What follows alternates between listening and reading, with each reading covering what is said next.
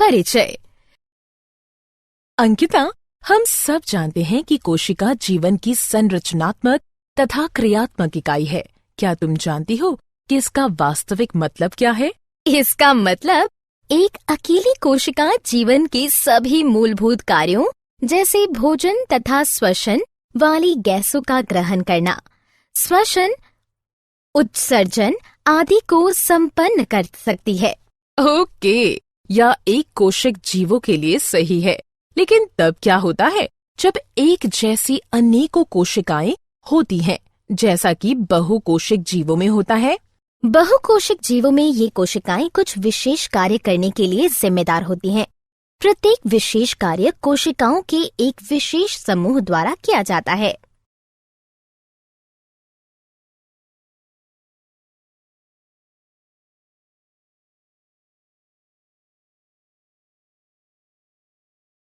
हाँ, मुझे याद है कि तंत्रिका कोशिकाएं मस्तिष्क से शरीर के सभी भागों में सूचनाएं ले जाती हैं। पेशिया कोशिकाएं फैलती तथा सिकुड़ती हैं, जिससे गति होती है। रक्त ऑक्सीजन, भोजन, हार्मोन और अपशिष्ट पदार्थों का वहन करता है। पौधे भी सजीव होते हैं तथा जाइलम एवं फ्लोएम कोशिकाएं जल तथा भोजन को एक भाग से दूसरे भाग तक ले जाते हैं। बहुकोशिक जीवों में श्रम विभाजन पाया जाता है, लेकिन मुझे इस शब्द का मतलब अच्छी तरह नहीं पता। श्रम विभाजन का अर्थ है शरीर में एक निश्चित स्थान पर पाई जाने वाली कोशिकाओं के समूह द्वारा एक विशेष कार्य करना। ऐसी कोशिकाओं के समूह को ऊतक कहते हैं, जो कि इस प्रकार से स्थित तथा व्यवस्थित होते हैं जिससे कि वे विशेष कार्य को कर सकें। इस प्रकार हम ऊतक को इस प्रकार भी परिभाषित कर सकते हैं कि ऊतक ऐसी कोशिकाओं का एक समूह है जो कि संरचना में समान होती है तथा एक साथ मिलकर एक विशिष्ट कार्य को संपन्न करती है। उदाहरण, तंत्रिका कोशिका।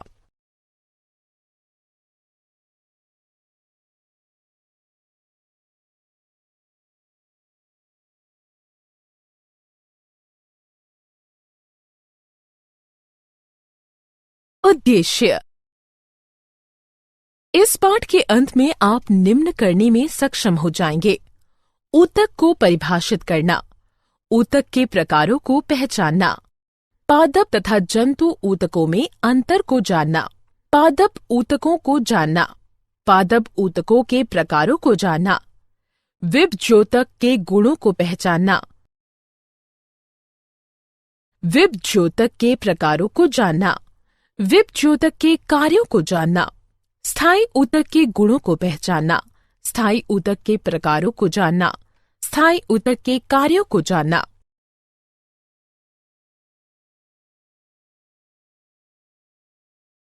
पादप तथा जंतु कोशिका। पादप तथा जंतु दोनों सजीव हैं, किंतु उनकी आंतरिक संरचना बिल्कुल भिन्न होती है। क्या तुम बता सकते हो कि ऐसा क्यों होता है?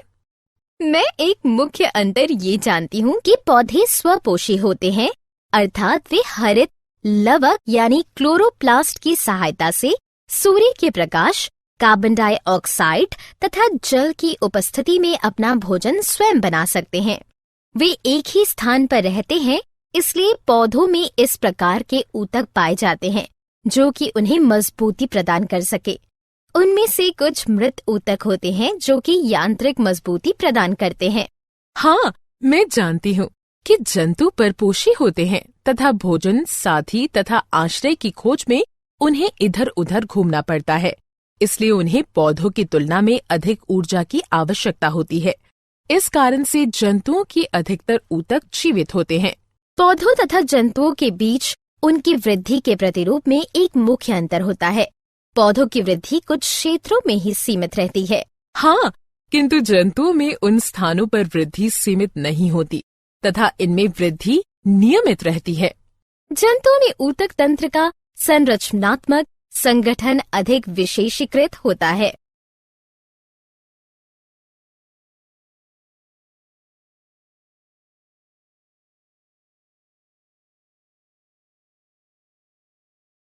पादप ऊतकों के प्रकार। अंकिता, क्या तुम जानती हो कि ऊतकों की विभाजन क्षमता के आधार पर पादप ऊतक दो प्रकार के होते हैं? विभज्योतक तथा स्थायी ऊतक। ऐसे ऊतक जो कि लगातार विभाजित होते हैं तथा पौधों की लंबाई तथा परिधि में वृद्धि में सहायक होते हैं, उन्हें विभज्योतक कहते हैं। ये केवल पौधे की वृद्धि वाले क्षेत्रों में ही पाए जाते हैं। जबकि वे ऊतक जो कि विभज्योतक से बने होते हैं किंतु विभाजित होने की क्षमता खो देते हैं तथा अपना निश्चित आकार ले लेते हैं, उन्हें स्थायी ऊतक कहते हैं।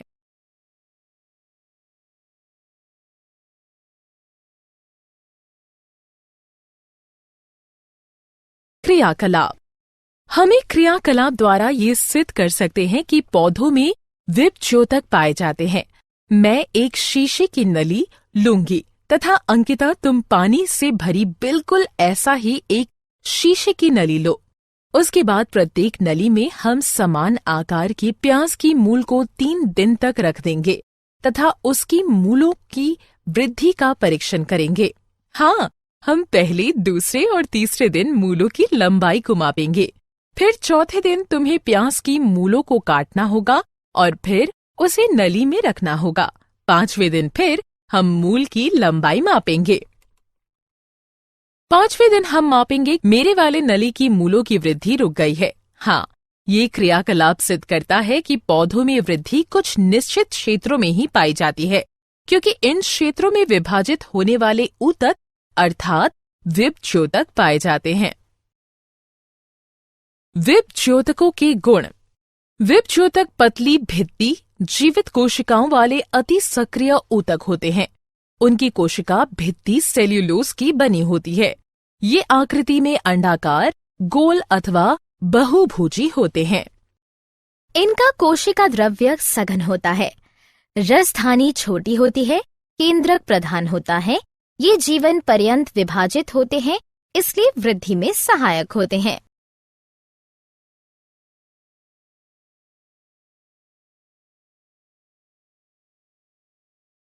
विभज्योतकों के प्रकार। विभज्योतक की उपस्थिति वाले क्षेत्रों के आधार पर इन्हें शीर्षस्थ, पार्श्वीय तथा अंतर्विष्ट भागों से वर्गीकृत किया गया है।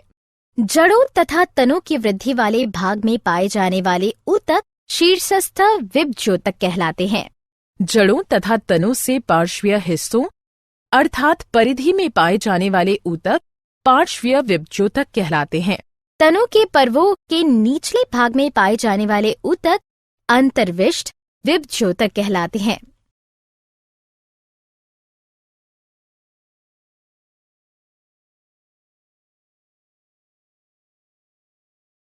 विभज्योतक के कार्य। विभज्योतकों का मुख्य कार्य लगातार नई कोशिकाओं का निर्माण करना है। जड़ों तथा तनों में बढ़ाव के कारण शीर्षस्थ विभज्योतक पौधे की वृद्धि करते हैं। ये वृद्धि प्राथमिक वृद्धि भी कहलाती है।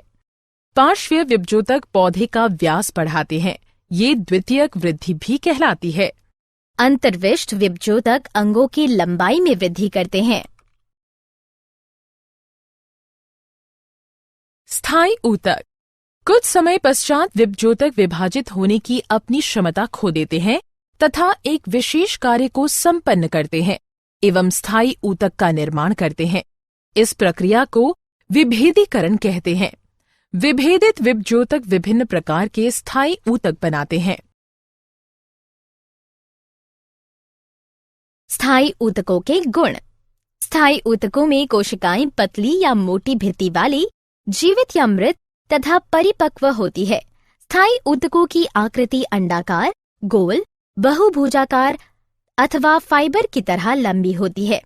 इनमें अंतराकोशिक स्थान पाया जाता है। कोशिका द्रव्य रसधानी युक्त होता है, क्योंकि इसके अंदर विभाजन होने की क्षमता नहीं होती, अतः ये वृद्धि में सहायक नहीं है।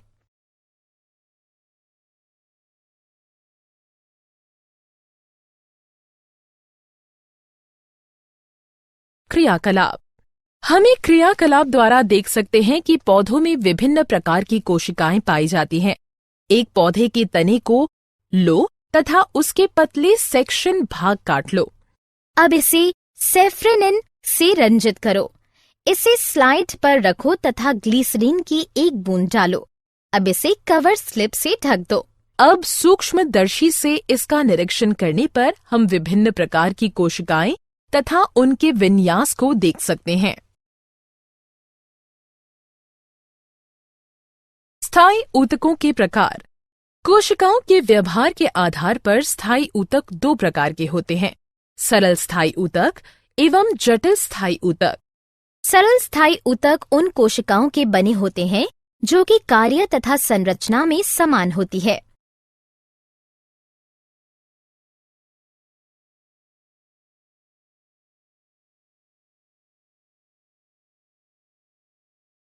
सरल स्थायी ऊतकों के प्रकार। कोशिकाओं के व्यवहार के आधार पर सरल स्थायी ऊतक तीन प्रकार के होते हैं, पैरेन्काइमा, कॉलेन्काइमा तथा स्क्लेरेकाइमा। पैरेन्काइमा पतली प्राथमिक भित्तियां वाली कोशिकाओं से मिलकर बने होते हैं जो कि उनके प्रोटोप्लाज्म को बनाए रखती है। कॉलेन्काइमा मोटी प्राथमिक भित्तियों वाली कोशिकाओं से मिलकर बने होते हैं जो कि उनके प्रोटोप्लाज्म को बनाए रखती है।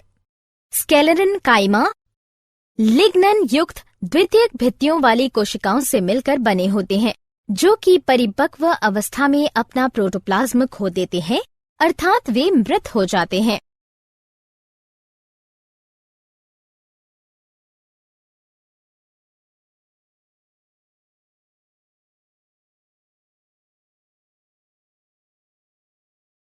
क्रियाकलाप। एक अन्य क्रियाकलाप द्वारा पत्ती की कोशिकाओं की विभिन्न परतों को हम देख सकते हैं। अंकिता, रियो की एक पत्ती लो। हाँ, मैंने रियो की एक पत्ती ले ली है।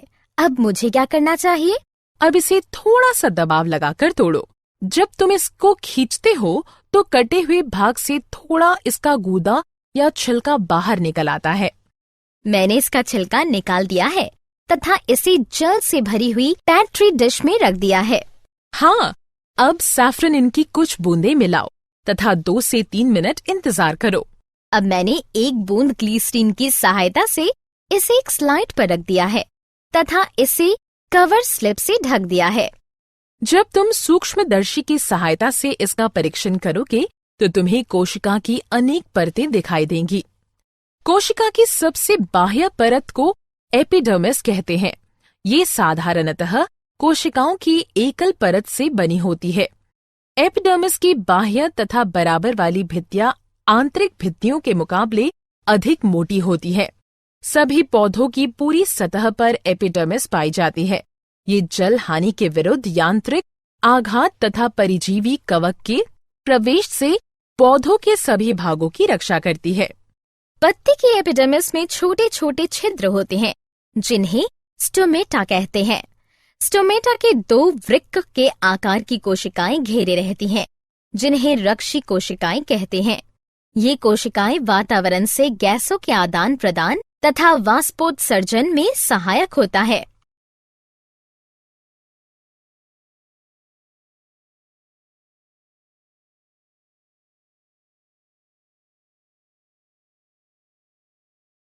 सरल स्थायी ऊतकों के कार्य। पैरेन्काइमा एक संचयी ऊतक की भांति व्यवहार करता है। यह अपनी फूली हुई कोशिकाओं के कारण अन्य ऊतकों के मध्य स्थानों को भरता है तथा पौधे की आकृति को बनाए रखता है। ये भोजन को संचित करता है तथा उनका स्वांगीकरण भी करता है। पैरेन्काइमा तथा कोशिका भित्तियों द्वारा पदार्थों का संवहन होता है। उनके अंतराकोशिक स्थानों द्वारा गैसों को विनिमय भी होता है। वे पौधों के व्यर्थ पदार्थों जैसे टेनिन, गोंद, रेजिन आदि का संग्रह भी करते हैं। कॉलेन्काइमा एक यांत्रिक ऊतक है, इसलिए ये यांत्रिक सहायता तथा लचीलापन प्रदान करता है। स्क्लेरेन्काइमा मुख्यतः यांत्रिक होता है तथा सुरक्षा प्रदान करता है। ये पौधों को मजबूती, उभार तथा लचीलापन देता है। जटिल स्थायी ऊतकों के प्रकार। जटिल स्थायी ऊतक एक से अधिक प्रकार की कोशिकाओं से बने होते हैं। ये सभी कोशिकाएं परस्पर मिलकर एक इकाई के समान कार्य करती हैं। कोशिकाओं के व्यवहार के आधार पर जटिल स्थायी ऊतक 2 प्रकार के होते हैं, जाइलम तथा फ्लोएम। पौधों के सहायक तथा जल संवहन ऊतक मुख्यतः वाहिनिका ट्रेकिड वाहिका तथा काष्ठिया ऊतक से मिलकर बने होते हैं। पौधों के भोजन संवहन ऊतक चालनी नलिकाओं, रेशों, पैराक्राइमा तथा स्किलेरेट से मिलकर बने होते हैं।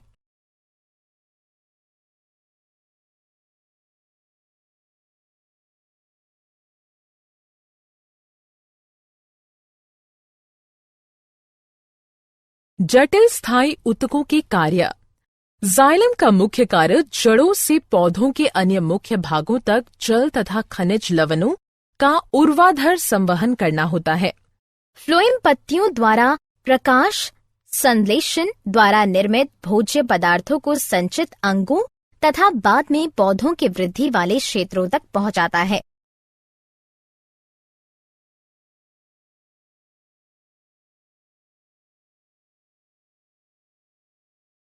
क्या आप जानते हैं च्युइंग गम अचरस स्पोटा नामक पौधे का लेटेक्स होती है? पादप जगत के स्केलेटन काइमा के अंदर सबसे लंबी कोशिकाएं पाई जाती हैं। वाणिज्यिक कॉर्क ओक नामक पौधे से प्राप्त की जाती है। एक बीजपत्री पौधे जैसे घास में रक्षी कोशिकाएं डंबल के आकार की होती हैं।